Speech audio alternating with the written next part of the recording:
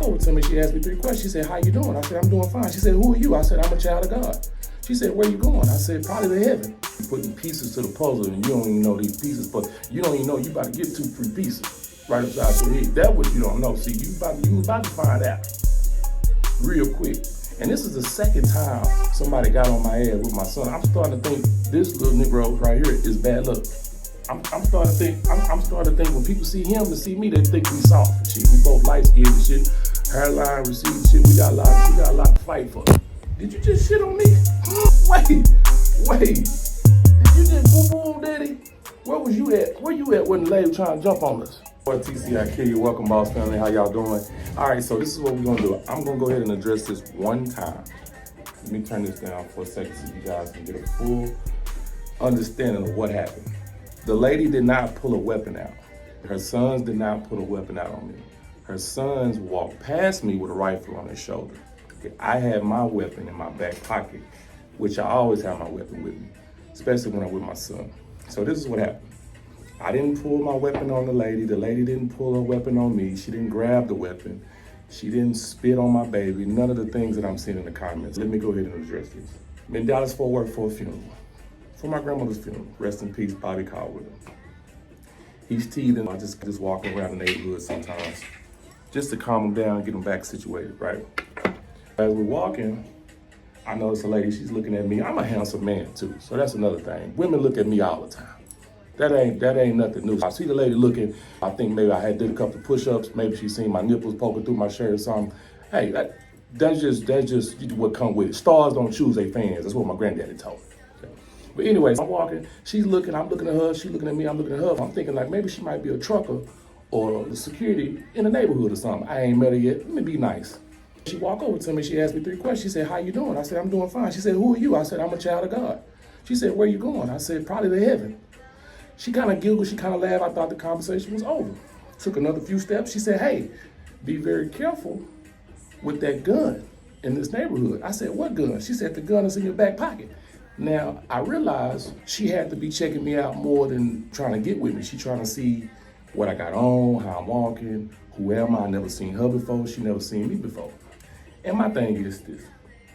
If I'm not up to nothing, if you're not up to nothing, if you ask me a question, I'm gonna answer. If I ask you a question, you should answer.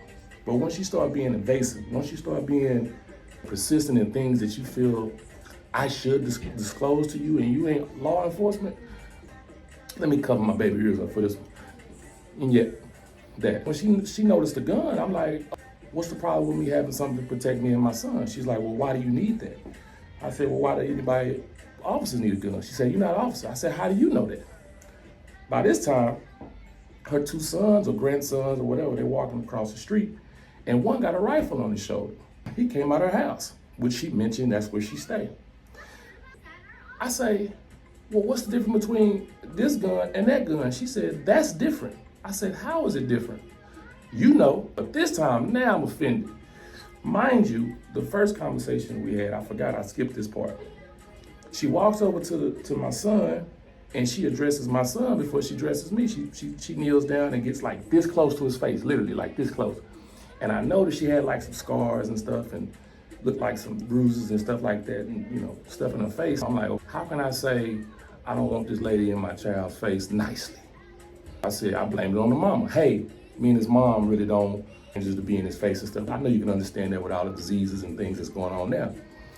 I said, we don't like strangers in our baby's faces and stuff, close to his face and stuff like that, unless we kind of know you.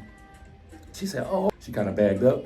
Now, when I said that, the conversation turned, it turned kind of cold a little bit. I'm thinking the conversation is over with. As I take those steps, that's when she mentioned my weapon in my back left pocket. Now, we start talking about the gun. I said, what's the difference between that gun and this gun? She said, that's different. I said, why? She said, why? Implying that a black man with a gun and a white kid with a gun is 2 totally different things, which I agree. I definitely agree. But I think she prejudged the whole situation. She already felt that, oh, you don't belong in this neighborhood. I've never seen you before, so you must be trespassing. You must be trying to break into cars, break into a home, whatever, right? As I'm walking, she says, hey, Do you live in that house back there? I said, I live directly behind you. At this time, I'm thinking that she lives at the house. I say, she's like, well, you need to turn that light off. Every night it's shining through our window in the back of the house. I'm like, I'm thinking in my head, now this woman don't know anything about me. She's asking all these questions to confirm something, but she already know. That scared me. That really scared me.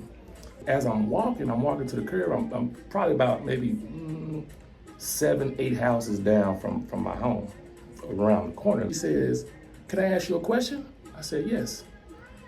She said, is that your only child? I said, no, I have a 14-year-old. She said, how old is he? No, she said, how old is she? I said, it's a he, and he's 8 months. And she said, you have others? I said, yes, I have a 14-year-old. And that's where the video started. That's when I started recording, because I felt like it's about to go bad from here. So then she walks up on me as I'm walking, and she says, are you recording me? I said, yes, always. And she said, oh, that's cool. Do you record everybody? I said, yes, I record everybody when I feel like I'm being harassed with my son. And then she starts saying some weird stuff, but this is the kicker. You know, I can't fault the lady for inquiring information about where she lives and who's around and what's going on, because I do the same thing. But I think it's a way you should do it. I think it's a respectful way to where you're not stepping on your toes or being disrespectful by asking questions that you might be discriminating or whatever. You might be painting a picture that hadn't been painted yet. Inquire, who are you? What's going on? Where do you live? Hey, how you doing? My name is such and such, such and such. But when you start prejudging a person, or you start getting really invasive questions and stuff like that, then that's when I have a problem. I said I would address this. The lady, I think she was slightly off. That's another thing. Black people, let me explain something to y'all real quick. You ain't got to jump on everybody. You got to think, I would have did this. I'm reading the comments. I would have did this and I would have did that. My only thought at that time was getting this boy home safe. Even if I felt like, oh, she deserved this or she deserved that, at the end of the day as a parent, it's my job to make sure he gets home safe. Let's see what else we want to talk about. Did we cover everything, son? We did? This has been a message from Terry Conway, aka TCI Kid. Motto, stay in your lane, drive your own speed, there won't be no traffic. I heard from TC first. I love you, but I kill you with the truth. Peace. Say bye, man. Say bye-bye. Peace.